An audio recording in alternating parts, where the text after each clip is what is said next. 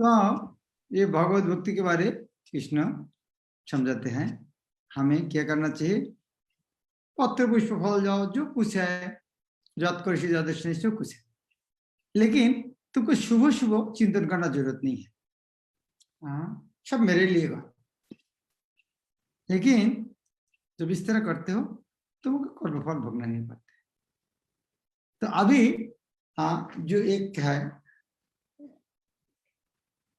भक्ति का महत्व, महात्मा कृष्ण खुद ने बना भक्ति कितना महत्वपूर्ण है।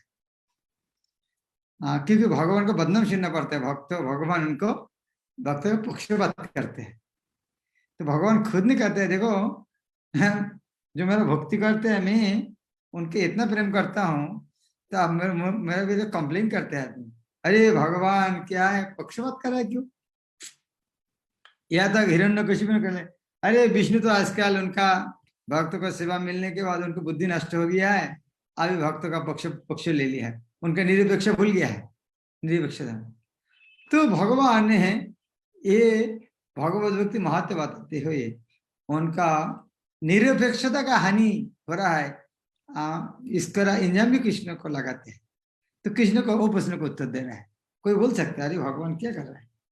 समं सर्वभूतेषु नमेद्यस्ति न प्रिय जे भजन्ति तुमं भक्ता मोहिते तेषु चक्र।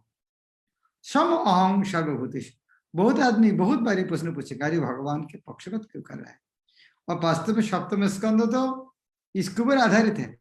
बाहर का आदमी क्यों बात है, ये तो परीक्षित महाराज के प्रश्न आया था, सुखदेव गोस्वामी पूछा था कि भगवान के, तो अभक्त तो पूछेगा, जो भक्त को पक्षपात कर रहा था भक्त को मन में डाउट होता है, तो अभक्त मन में ज्यादा होना चाहिए।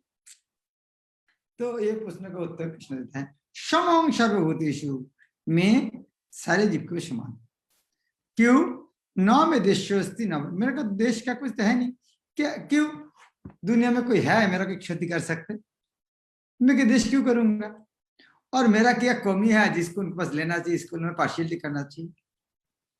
ना मैं किसी को डर है उनका देश करना पड़ेगा, ना मेरे को जरूरत है उनको प्रिय होना।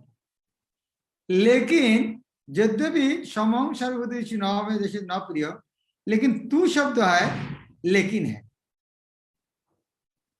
मैं अभी जो बोलूंगा रोज हमें क्लास 2:30 बजे होता है, लेकिन काल इसका अर्थ क्या है हो सकता है कल क्लास नहीं भी हो सकते, अलग टाइम भी हो सकते, लेकिन शब्द जब आया तो उसका अंदर समस्या तो कुछ है। तो जब आप किसी को कहते हैं मैं सबके पास समान हूं, मेरा कोई प्रिय नहीं अपने, लेकिन तो कुछ तो है, ये भी क्यों। किंतु जे भजंती, जो मुझको भजन करते हैं, तुम भक्ता मोहिते तेषु चापि अहम्, मैं न तो किसी को देश करता हूं न किसी के साथ पक्षपात करता हूं, मैं सबके लिए संभव हूं। किंतु जो भी भक्तिपूर्वक मेरी सेवा करते हैं वो मेरा मित्र है, मुझ में स्थित रहता है और मैं भी उसका मित्र हूं। तो ये बहुत गहरे से समझना चाहिए क्यों इस तरह बोल रहा है। भगवान बोलते मैं समभाव हूं सबके साथ, लेकिन मान लीजिए आप दुकानदार है, सबके साथ समभाव है, सबको समभाव है, लेकिन कोई आपको 100 रुपये लेकर है, कोई 1 लाख रुपये लेकर, समान समान देंगे, समांतर कम ज्यादा कम देंगे। यदि ये हो सकते तो भगवान को साथ जो जो अलग अलग भाव लेकर आते हैं तो पूरी करना चाहिए। कोई आके भगवान को बोले भगवान मैं आपके साथ शत्रुता करना चाहता हूं, मैं युद्ध करना चाहता, करो युद्ध। तो जिसको पता नहीं है अरे कृष्ण उसके साथ युद्ध क्यों कर रहा है, लेकिन वो तो उनके साथ युद्ध करना चाहता है इसीलिए कृष्ण का जरूरत नहीं था।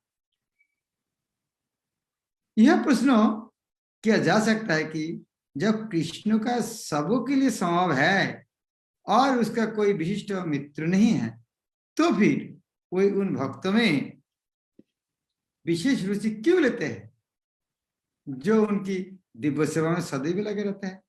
कोई तो पूछ सकते, ये प्रश्न होना भी चाहिए। कोई अरे भगवान को कोई लेना देना नहीं है, फिर भी उनका भक्तों का बस क्यों पार्शियलिटी क्यों करते हैं? क्यों? यदि उन्होंने कुछ जरूरत नहीं है तो पार्शियलिटी क्यों करते हैं? ये प्रश्न स्वाभाविक है और आदमी करते भी है, किंतु यह भेदभाव नहीं है, ये तो स्वाभाविक है। क्यों? यह समझाने के लिए समझे बहुत अच्छा उदाहरण देते हैं। जितना दुनिया में जितना उपकारी व्यक्ति है, सारे दुनिया में सबको उपकार करते हैं, फिर भी उनके संतान को ज्यादा रुचि रखते हैं। क्या इनका गलत है क्या? जो व्यक्ति सारे दुनिया सबको सेवा करते हैं, उनके घर में आकर उनके बच्चे को सेवा नहीं करेगा ज्यादा? ये स्वाभाविक है। भगवान का कहना है कि प्रत्येक जीव, चाहे वह जीव जोनि को हो, उनका पुत्र, अतः वो हर एक को जीवन की आवश्यक वस्तु प्रदान करते हैं। वो इस बादल के सदृश है जो सबके ऊपर जल वृष्टि करते हैं, चाहे वृष्टि चट्टान पर हो या स्थल पर या जल में हो। किंतु भगवान अपने भक्तों को विशेष ध्यान रखते हैं। भगवान सबको समान की व्यवस्था, जैसे वर्षा, लेकिन वर्षा का जल कहाँ जमते हैं? नदी में, नीची जगह में, समुद्र में। पहाड़ को चट्टान में वर्षाते आते हैं, लेकिन वहां नहीं जमते। क्यों? किसका गलती है? पहाड़ का चट्टान का गलती है, वो सर ऊंचा करके रखा है इसीलिए नहीं जमते हैं। लेकिन भगवान तो हर जगह वही दे रहा है, लेकिन जो नीचे होके है तो उनको ज्यादा जमते हैं। किंतु भगवान अपने भक्तों को विशेष ध्यान रखते हैं। ऐसे ही हो, ऐसी ही भक्तों का ये उल्लेख हुआ है। कोई सदैव कृष्ण भावना में रहता है, फलो तो निरंतर कृष्ण में लीन रहते हैं। कृष्ण भावना शब्द ही बताता है कि जो लोग ऐसे भावनामृत में रहते हैं वे सजीव अध्यात्मवादी है और उन्हीं में स्थित है। भगवान ये स्पष्ट रूप में से कहता है, मोहित, अर्थात वे मुझमें है, फल तो भगवान भी उनमें है। ऐसे ये जथमांग प्रबद्धते तमस्तव भजम की भी व्याख्या हो जाती है। जो भी मेरे शरण में आ जाता है उसके मैं उसी रूप में रखवाली करता हूं। वो जो चौथे अध्याय के 11 नंबर श्लोक है, क्या श्लोक?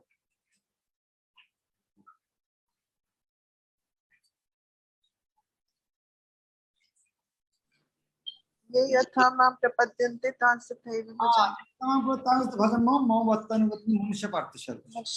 क्यों इस तरह? तो वो व्याख्या जे यथा मां प्रपद्यन्ते तांस्तथैव भजम, इसका जो भी मेरे शरण में आ जाते हैं उसकी मैं उसी रूप में रखवाली करता हूं। यह दिव्य आदान प्रदान भाव विद्यमान रहता है, क्योंकि भक्त तथा भगवान दोनों सचेतन है। यह समझाने के लिए और एक अच्छा उदाहरण देता है। इसको संस्कृत कहता है मणिकांचन योग। ये शब्द सुना? मणिकांचन योग शब्द आता है, मणिकांचन योग। यस महाराज, आप ही के मुंह से सुना है महाराज किसी दूसरी क्लास में। मणि आता हीरा, कांचन आता सोना। सोना और हीरे एक साथ होने से कैसे होता है? क्या चाहिए? दोनों चाहिए। केवल हीरे से अंगूठी नहीं बनेगा, केवल सोना से अंगूठी बनेगा, देखने अच्छा नहीं लगेगा। लेकिन हीरा और सोना एक साथ होगा क्या? उसको मणिकांचन जो कहते हैं। यह जब हीरे को सोना के अंगूठी में जड़ दिया जाता है तो वह अत्यंत सुंदर लगता है। इससे सोने की महिमा बढ़ती है, किंतु साथ ही हीरे की महिमा भी बढ़ती है। भगवान तथा जीव निरंतर चमकते रहते हैं, और जब कोई जीव भगवान की सेवा में प्रवृत्त होता है तो वह सोने की भांति देखता है। भगवान हीरे के समान है, अतः यह संयोग अति उत्तम होता है। इसके कहते मणिकांचन। शुद्ध अवस्था में जीव भक्त कहलाते हैं। परमेश्वर अपने भक्तों के भी भक्त बन जाते हैं। यदि भगवान तथा भक्त में आदान प्रदान का भाव न रहे तो सगुणवादी दर्शन ही न रहे। ये लाइन बहुत इंपॉर्टेंट है, भूलना नहीं कभी। कितना पावरफुल बात है, हमें ध्यान नहीं देता है ये लाइन को। लेकिन पूर्वत क्या बोलना चाहते हैं, सगुणवादी या निर्गुणवादी के अंदर ये भावना के फर्क होते हैं। यदि भगवान और भक्त का आदान प्रदान नहीं होगा तो निर्गुणवादी हो गए ना। इसीलिए निर्गुणवादी को समझ में नहीं आता है, जो इस तरह भगवान इस तरह क्यों करते हैं, इसको आता है निर्गुणवादी है। वो पता नहीं है जो सगुणवादी है, जो भगवान सविशेष है, उसके अंदर ये गुण तो होना ही चाहिए। यदि इस तरह प्रश्न हमारे मन में आते हैं तो सोचना पड़े हमें निर्गुणवादी है, हम भगवान को साकार रूप नहीं मानते। यदि भगवान तथा भक्त में आदान प्रदान का भाव न रहे तो सगुणवादी दर्शन ही न रहे। हाँ, हम भगवान को मानते हैं, भगवान का आकार है। अरे भगवान का आकार है तो उनका अंदर इस तरह गुण होना चाहिए। मायावादी दर्शन में परमेश्वर तथा जीव के मध्य ऐसे आदान प्रदान का भाव नहीं मिलता, किंतु सगुणवादी व साकारवादी व सविशेषवादी दर्शन ऐसा होता है। यह और एक बात से उदाहरण देते हैं, क्योंकि सब्जेक्ट मैटर बहुत डिफिकल्ट विषय, भगवान कैसे पक्षपात करते हैं। तो पूर्वपाद ने अलग अलग एंगल से समझाने की कोशिश की। पूर्वपाद हाँ, एक जगह कल्प वृक्ष है, कल्प वृक्ष हम दे सकते, प्राय यह दृष्टांत दिया जाता है भगवान कल्प के समान है, और मनुष्य इस वृक्ष से जो भी मांगता है भगवान उसकी पूर्ति करते हैं। एक आदमी इस तरह वन में गया है, पता है कहीं नहीं, वन में लकड़ी काटते काटते थक गया है, बहुत टायर्ड हो गई। तो उन्होंने मन से सोचा, अरे मैं सुने वन में एक कल्प वृक्ष है, वो वृक्ष मिलता था, थोड़ा उसके में खाना मांगता था, और तुरंत खाना आ गया। अरे हो सकते है वृक्ष कल्प वृक्ष है। हाँ, और वैसे यदि एक बिस्तर आ जाएगा तो थोड़ा आस्था ले सकते हैं, बिस्तर आ गया। और इसी यदि शेर आ जाएगा मुझे खा लेगा तो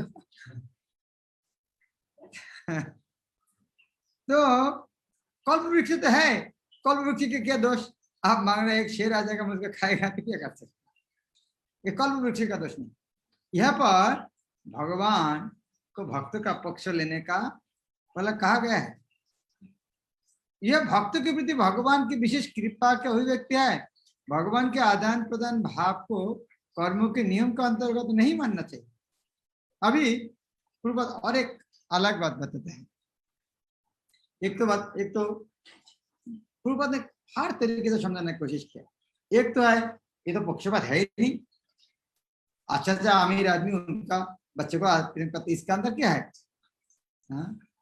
ये पक्षपात का सवाल कैसे आता है? दूसरे तो उन्होंने भी ये भी कहता है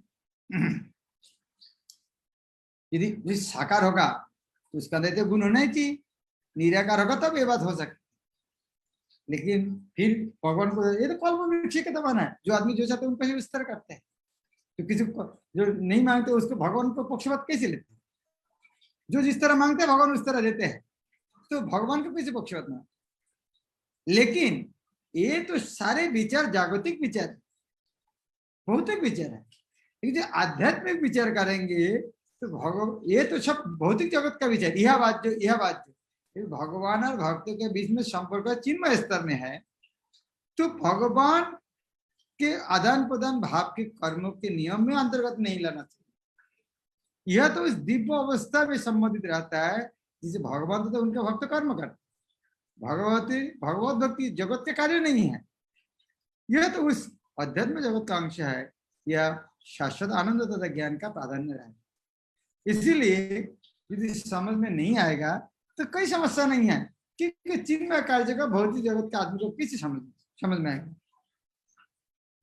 लेकिन ठीक है, तो थोड़ा समझ में आएगा हो सकता, लेकिन अगले श्लोक डाइजेस्ट करना तो और थोड़ा मुश्किल है। ये आगे श्लोक 30 नंबर श्लोक तो ये बहुत बार सुनने के बाद भी हम डाइजेस्ट कर नहीं पाते, कैसे ऐसे होता है? भगवान कैसे इस तरह कर सकते हैं? अपिचेत सुदुराचार भजते भाग साधुरेव सम्मंतव्य सम्यक व्यवसित ही। कितना भगवान कितना जोर से चिल्ला रहे हैं, मेरा भक्त तो कभी असाधु हो ही नहीं सकते। ओपी चेत सुदुराचार, ये दुराचारी नहीं है, सुदुराचारी।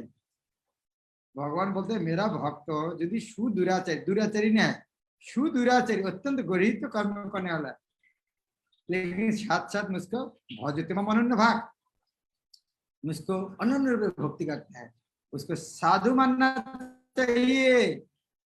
मंतव्य मेरा मत है वो साधु है, तो वो साधु है। और भगवत गीता 14 अध्याय में भगवान क्या कहा, किसके याद है? 14 अध्याय भगवान क्या कहता है, किसके याद है?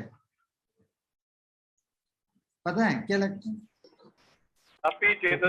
परित्राणाय साधु नाम, साधु नाम, मैं साधु को रक्षा करता हूँ, और साधु को जो विरोध करता है विनाशाय च दुष्कृताम।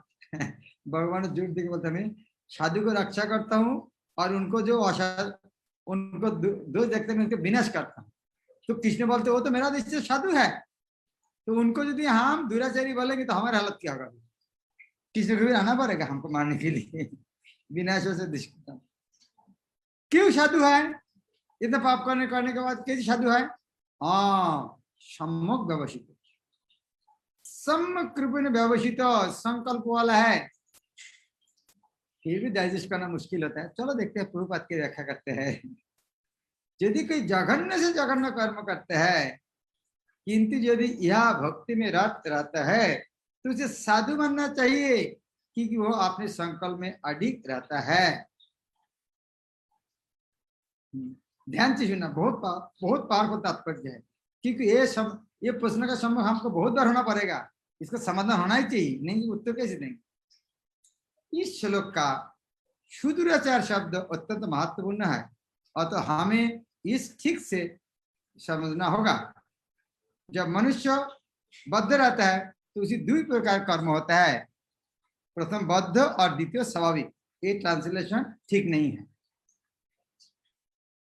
पता नहीं उन्होंने किस तरह क्यों इस तरह ट्रांसलेशन किया। प्रथम बद्ध, द्वितीय स्वाभाविक। वास्तव में इंग्लिश इसका उत्तर है कंडीशनल और कॉन्स्टिट्यूशनल। क्या लग रहा है ये अनुवाद ठीक है? कंडीशनल कॉन्स्टिट्यूशनल अनुवाद है बद्ध और स्वाभाविक, यस और नो?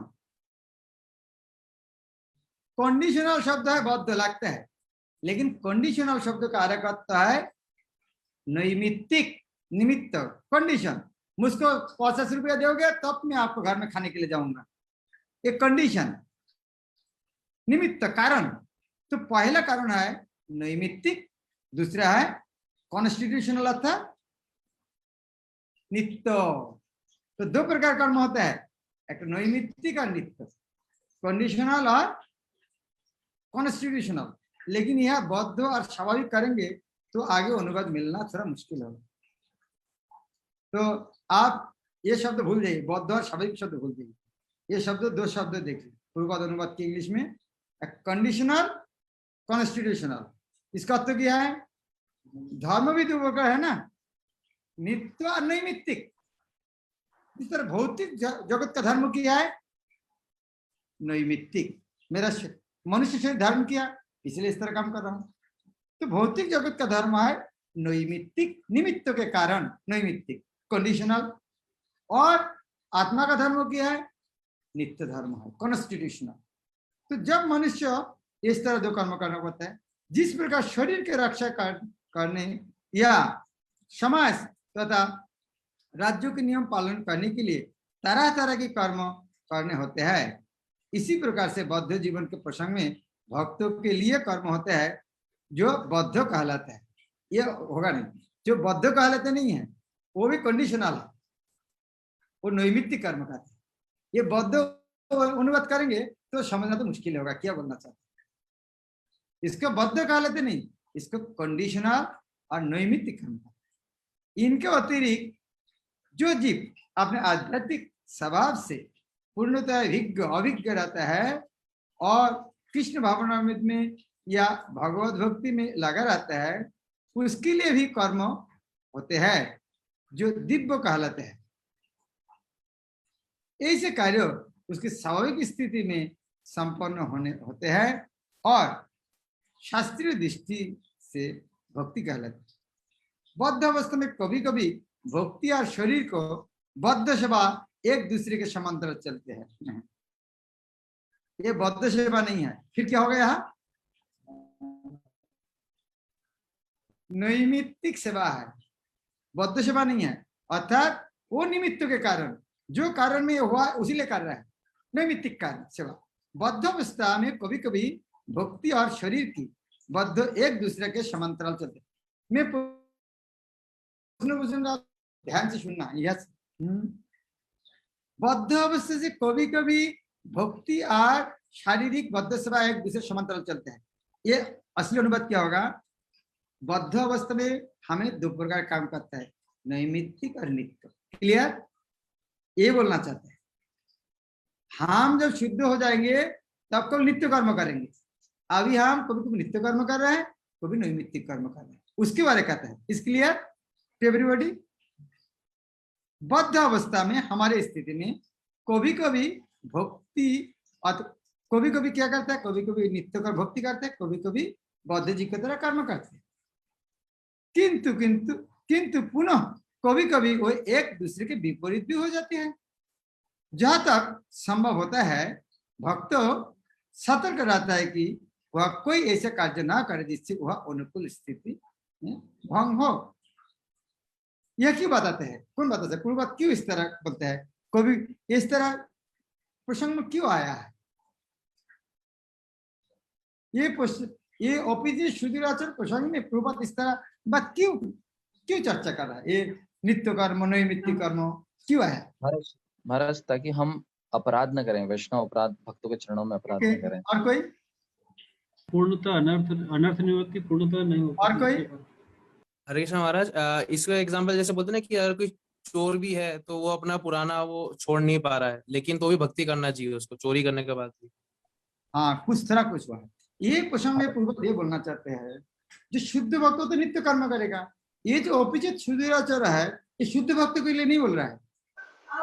यदि कोई शुद्ध भक्त नहीं हुआ है, उनका तो भक्ति और साक्षात को तो नैमित्तिक काम करेगा। नित्य कर्म नैतिक दूर, वो नैमित्तिक कर्म करने के बजाय कुछ गलती थोड़ा हो सकते, इसीलिए प्रभुपाद ने ये पीछे से आके वर्णन करा है। भाई इस तरह समझे मत, शुद्ध भक्त अभिषेक सुधीराचार्य है, ये शुद्ध भक्त ये कहा है नहीं, शुद्ध तो गलती करेगा ही नहीं कभी। ये जो शुद्ध हुआ नहीं है, उनको भक्ति और साथ से कर्म कर, कभी कभी वो कर्मों के कारण कभी कभी यदि गलती हो जाएगा, उनके बारे में बताता है, फिर भी वो साधु है। यह तक जहां तक संभव होता है भक्त सतर्क रहता है कि वह कोई ऐसे कार्य ना करे जिससे अनुकूल स्थिति भंग हो। वह जानता है कि उसकी कर्म सिद्धि उसके कृष्ण भावनामृत की अनुभूति की प्रगति पर निर्भर करती है। किंतु कभी कभी यह देखा जाता है कि कृष्ण भावना रहते व्यक्ति सामाजिक या राजनीतिक दृष्टि से निंदनीय कार्य कर बैठते हैं, किंतु इस प्रकार के क्षणिक पतन से वह अयोग्य नहीं हो जाता।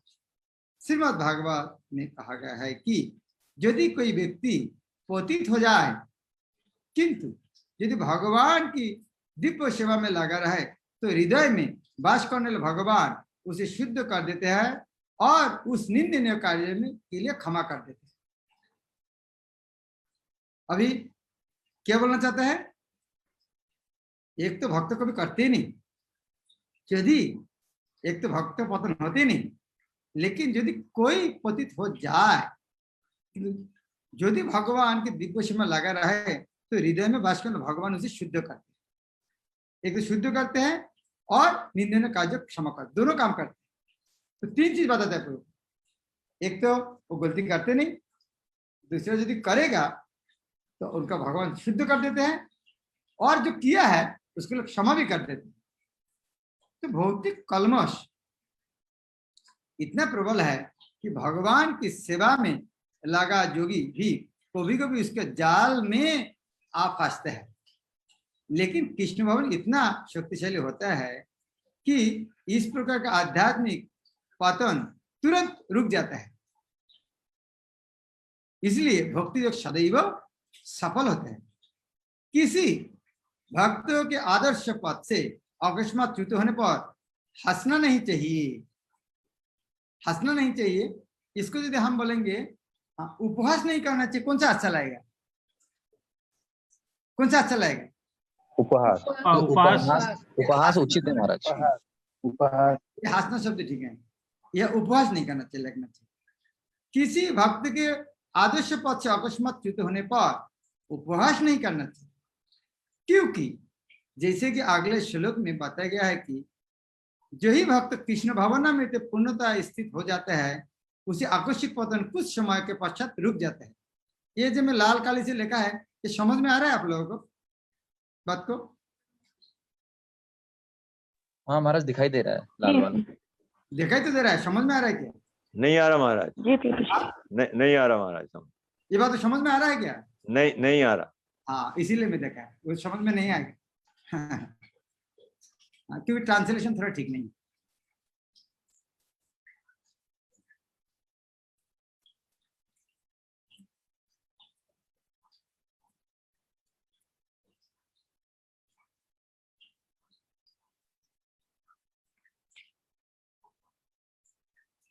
अभी तक इंग्लिश पढ़ेंगे तो क्लियर हो जाएगा। तो इंग्लिश में ही पढ़ लीजिए महाराज, क्योंकि वो बार बार ट्रांसलेशन में गड़बड़ी से वो माइंड भी फोकस नहीं कर पाता।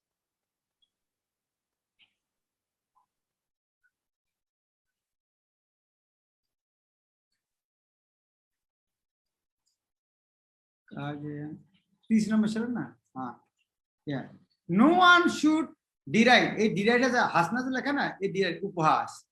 No one should deride a devotee for some accidental fall down from the ideal path, for as explained in the next verse, such occasional fall down will be stopped in due course as soon as a devotee is completely situated in Krishna consciousness. Clear? कितना सरल है, लेकिन वहां तक उन्हें बात थोड़ा समझना। As explained, such occasional fall, आकस्मिक पतन will be stopped. हाँ, क्या मेरा स्क्रीन नहीं दिखाई दे रहा था? दे रहा महाराज। हाँ महाराज अभी अभी दिखाई दिया 2 सेकंड पहले, अभी अभी। अच्छा, तो मैं जो स्क्रीन दिखा रहा था वो नहीं दिखाई दे रहा था?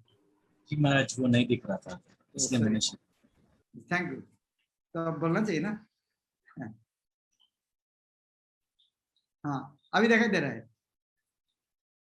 नो वन शुड, या such occasional fall down will be stopped in due course as soon as the devotee is completely situated in Krishna consciousness.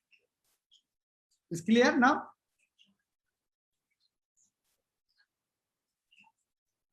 Okay. अभी स्क्रीन दिखाई दे रहा है? नहीं।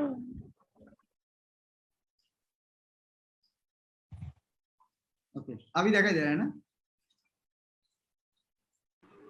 जी महाराज हिंदी वाला दिख हिंदी रहा है। का हिंदी नहीं दिखाई दे रहा है?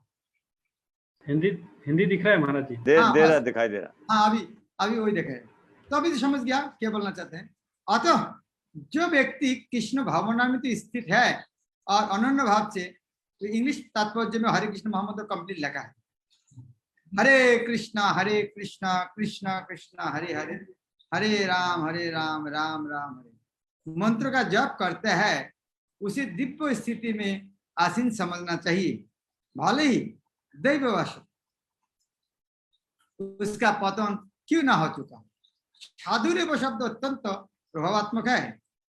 ये अभक्त को सावधान करते हैं कि आकस्मिक पतन के कारण भक्त को उपहास नहीं किया जाना चाहिए, उसे तब भी साधु मानना चाहिए।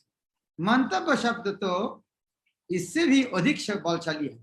मंतव्य शब्द का ये मेरा मत है, मानना चाहिए, कृष्ण इस तरह से बोलते हैं। यदि कोई इस नियम को नहीं मानता और भक्त पर उसके पतन के कारण उपहास करते हैं, तो वह भगवान के आदेश को अवज्ञा करते हैं। भक्त की एकमात्र योग्यता है कि अविचल तथा अनन्य भाव से भक्ति में तत्पर रहे। तो ये बहुत एक पावरफुल श्लोक है। और भी आगे समझाना चाहते हैं क्या समझाने की कोशिश कर रहे श्रील प्रभुपाद? भक्त का पतन नहीं होता है, भक्त पतन होने से कोई फर्क नहीं पड़ता है। क्यों?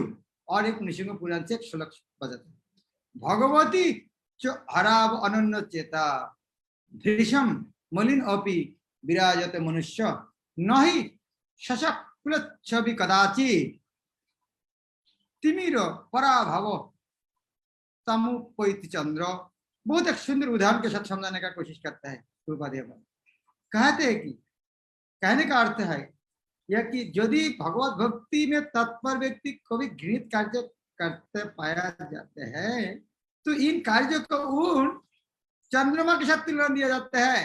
तो चंद्रमा के खरगोश अलग अलग छवि लगते हैं, कलम को कदर लगते हैं, लेकिन एक कलम के कारण तो हमारे चंद्रमा को प्रकाश तो मिलने की कमी समस्या तो नहीं होता है। चंद्रमा में कलम का है, लेकिन हम तो प्रकाश मिल रहा है, दिल्ली से चंद्रमा का गाली देना चाहिए कि उसका प्रकाश लेना चाहिए? ये कलम को से चंद्रमा का प्रकाश तो बाधा नहीं आती है। इसी प्रकार साधु पद से भक्तों का आकर्षित पतन होने से निंदनीय नहीं होते हैं, किंतु इसी के साथ ये तो समझ में आ गया पूरा। अभी यह सुनने, ये तो भक्त का पक्ष में कहा दिया प्रभुपाद ने, लेकिन यह सुन के हम भक्त देखो हमारे लिए कितना है, लेकिन प्रभुपाद साधु के लिए साधन करते हैं। किंतु इसी के साथ यह समझने का भूल नहीं करना चाहिए कि दिव्य भक्ति करने वाला भक्त सभी प्रकार के निंदनीय कर्म कर सकते हैं। किसी ने तो बोल दिया है अभी सुधरा चलो साधु है, हम का पाप करने समस्या की है। इस श्लोक में केवल उसका उल्लेख है कि भौतिक संबंध की प्रबलता के कारण कभी कभी दुर्घटना हो सकती है। वो जो पिछले पूर्व जहां श्लोक तात्पर्य शुरू किया है, नित्य कर्म नैमित्तिक कर्म, नित्य कर्म चिन्मय कर्म है, नैमित्तिक कर्म भौतिक निमित्त के कारण, उसके जो संयोग के कारण एक्सीडेंटल फॉल डाउन हो जाते हैं, उनको लेकर आता है। भक्ति तो एक प्रकार से माया के विरुद्ध युद्ध करने का घोषणा है। जब तक मनुष्य माया से लड़ने के लिए पर्याप्त बलशाली नहीं होता तब तक आकस्मिक पतन हो सकता है, किंतु बलवान होने पर इससे पतन नहीं होता। जैसे कि पहले कहा जा चुका है, मनुष्य को इस श्लोक का दुरुपयोग करते हुए अशोभनीय कर्म नहीं करना चाहिए और यह नहीं सोचना चाहिए कि इतने पार भी वो भक्त बना रह सकता है। यदि यह भक्ति के द्वारा अपना चरित्र नहीं सुधार लेता है तो उसी उच्च कोटि के भक्त नहीं बनना चाहिए। बस यह खत्म नहीं है, उसके आगे भी और एक श्लोक है जहां पर कृष्ण और भक्ति का पक्ष में कहते हैं। हाँ, क्या बताया है? अगले श्लोक क्या आएगा?